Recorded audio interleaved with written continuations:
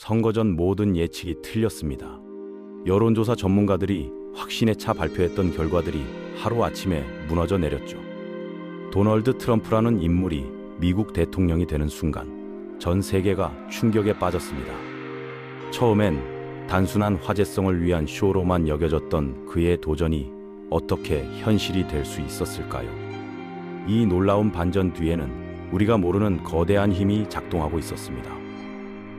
바로 헤지펀드라는 그림자 권력이었죠. 지금 세상을 뒤흔든 힘의 반전이 시작됩니다. 대부분의 사람들이 트럼프의 출마 선언을 진지하게 받아들이지 않았습니다. 정치 전문가들은 그를 단순한 관심 끌기용 후보로 치부했죠. 실제로 2006년 여름까지만 해도 그의 캠페인은 완전히 표류하고 있었습니다. 메시지는 일관성이 없었고 연이은 실수들로 인해 당황스러운 상황이 계속 발생했습니다. 공화당의 주요 후원자들조차 등을 돌리기 시작했죠. 힐러리 클린턴의 승리가 기정사실처럼 여겨지던 그 시점에 예상치 못한 전화 한 통이 모든 것을 바꿨습니다. 트럼프의 딸 이바나카에게 걸려온 그 전화의 주인공은 바로 레베카 머서였습니다. 레베카는 수수께끼 같은 헤지펀드 억만장자 로버트 머서의 딸이죠. 컴퓨터 과학 분야의 천재로 불리는 그의 아버지는 클린턴에 대해 극도의 반감을 품고 있었습니다. 머서는 결국 트럼프 캠페인의 최대 자금 지원자가 됩니다. 그가 한 일은 단순한 자금 지원을 넘어섰죠. 그는 스티브 배넌과 켈리앤 코네이를 무명에서 발탁하여 트럼프의 핵심 참모진으로 투입했습니다. 인공지능 전문가로서의 그의 배경은 혼란스러운 캠페인을 안정화시키는 데 결정적 역할을 했습니다. 더 놀라운 것은 머서가 보유한 첨단 데이터 과학 기술이었죠. 그는 유권자들의 행동 패턴을 분석하고 이를 트럼프에게 유리하게 활용할 수 있는 방법을 정확히 알고 있었습니다.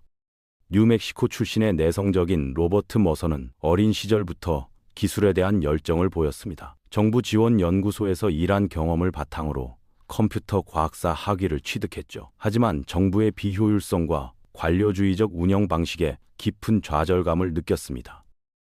IBM에서 근무하며 컴퓨터 언어학 분야의 선구자로 자리매김한 그는 곧 월스트리트의 주목을 받게 됩니다. 뛰어난 실력을 인정받아 르네상스 테크놀로지에 스카우트되었고 여기서 주식 거래용 컴퓨터 모델 개발에 전념했습니다. 그의 기여로 르네상스 테크놀로지는 단 10년 만에 자산 규모가 10배 성장하는 경이로운 성과를 거뒀습니다. 이 과정에서 머서 역시 억만장자 대열에 합류하게 되었죠. 2008년부터 그는 보수 정치를 부활시켜 미국을 근본적으로 변화시키고자 하는 강한 의지를 보였습니다. 헤지펀드 매니저가 정치 스펙트럼 반대편에서 미국 정치에 이처럼 강력한 영향력을 행사한 것은 이번이 처음이 아닙니다. 조지 소로스는 수십 년간 진보 진영을 지원해왔죠. 하지만 헤지펀드 매니저들이 특별히 강력한 힘을 발휘하는 이유가 있습니다. 헤지펀드의 자산은 다른 형태의 부보다 훨씬 유동적이고 제약이 적습니다. 빠른 거래 속도 덕분에 일론, 머스크 같은 기술 분야 억만장자들보다도 훨씬 신속하게 현금을 확보할 수 있죠. 게다가 규제로부터 상대적으로 자유롭습니다. 이 현상을 이해하려면 헤지펀드가 어떻게 탄생했는지부터 살펴봐야 합니다. 기자 출신인 알프레드 윈슬로 존스는 직접 투자 회사를 설립하기로 결심했지만 자신의 자유와 사생활을 희생하고 싶지는 않았습니다. 그는 정부와 시장의 제약으로부터 벗어날 수 있는 투자 펀드를 구상했죠. 그의 성과는 오직 주식 선택 능력에만 달려 있었습니다. 존스는 모든 거래에서 공매도 포지션을 병행함으로써 시장 변동의 충격을 완화하는 헤지 개념을 도입했습니다. SEC 등록을 피하기 위해 투자자 수를 100명 미만으로 제한했고 부유층으로만 투자자를 구성했습니다. 이것이 바로 역사상 최초의 헤지 펀드였죠. 존스는 자신의 단순하지만 혁신적인 아이디어가 언젠가 4조 달러 규모의 거대 산업으로 성장할 것이라고는 상상하지 못했을 겁니다. 헤지펀드의 등장은 부유층이 더욱 부유해질 수 있는 새로운 통로를 만들어냈습니다. 그들은 수익 창출을 위해 어떤 전략이든 자유롭게 사용할 수 있게 되었죠. 적대적 인수, 환율 투기, 특수 자산 투자 등 모든 것이 가능해졌습니다. 21세기에 들어서면서 헤지펀드 수는 여러 상장 기업의 숫자를 넘어서기 시작했습니다. 헤지펀드 매니저들이 포브스 부자 순위에 이름을 올리기 시작한 것도 이 시기부터였죠. 1990년경부터 은행, 연금기금, 대학 기부금 등도 헤지펀드에 투자하기 시작했습니다. 33세의 칼 아이칸은 집중적인 이사회 회의를 통해 주주가치를 극대화하는 회사 계획을 제시한 후 상장회사의 대주주가 될 만큼 충분한 지분을 매입했습니다. 30세가 되기 전에 이미 성공적인 중개업으로 백만장자가 된 아이칸은 새로운 이론을 시험해보고 있었습니다. 그는 미국 기업들의 경영진이 겁쟁이들의 집단이라는 가설을 세웠죠.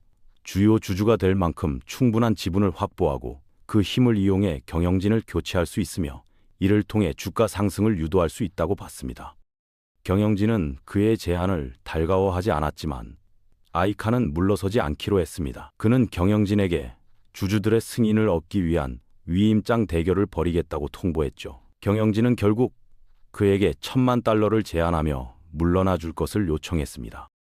이것이 바로 그린메일이라고 불리는 수법입니다. 칼 아이칸은 미국 자본주의 시스템의 약점을 발견해 돈을 벌어들이는 방법을 찾아낸 것이죠. 80년대의 기업 사냥은 헤지펀드들에게 가장 수익성 높은 사업 중 하나가 되었습니다.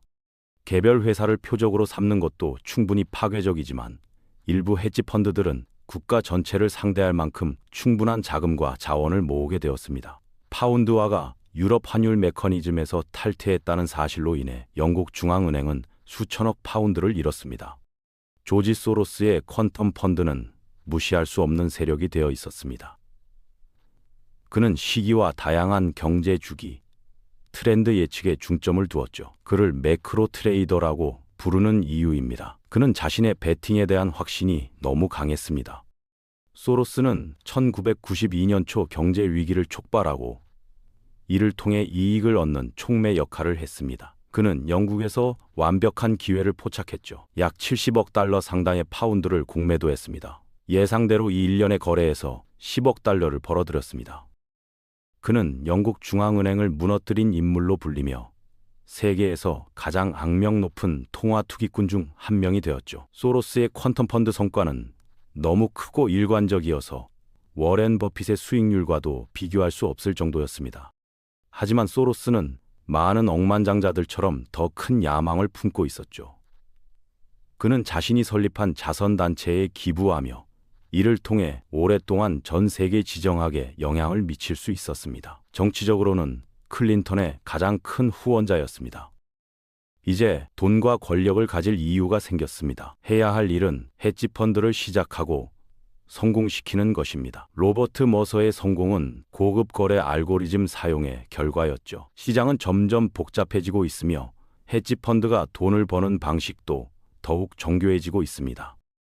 이제 시장 중심에 서 있는 사람이 있다고 상상해 보세요. 그는 모든 사람과 거래할 의향이 있습니다. 당신이 뭔가를 사고 싶으면 그들이 팔 것이고 뭔가를 팔고 싶으면 그들이 살 것입니다. 이 사람이 바로 시장을 만들고 있는 것입니다.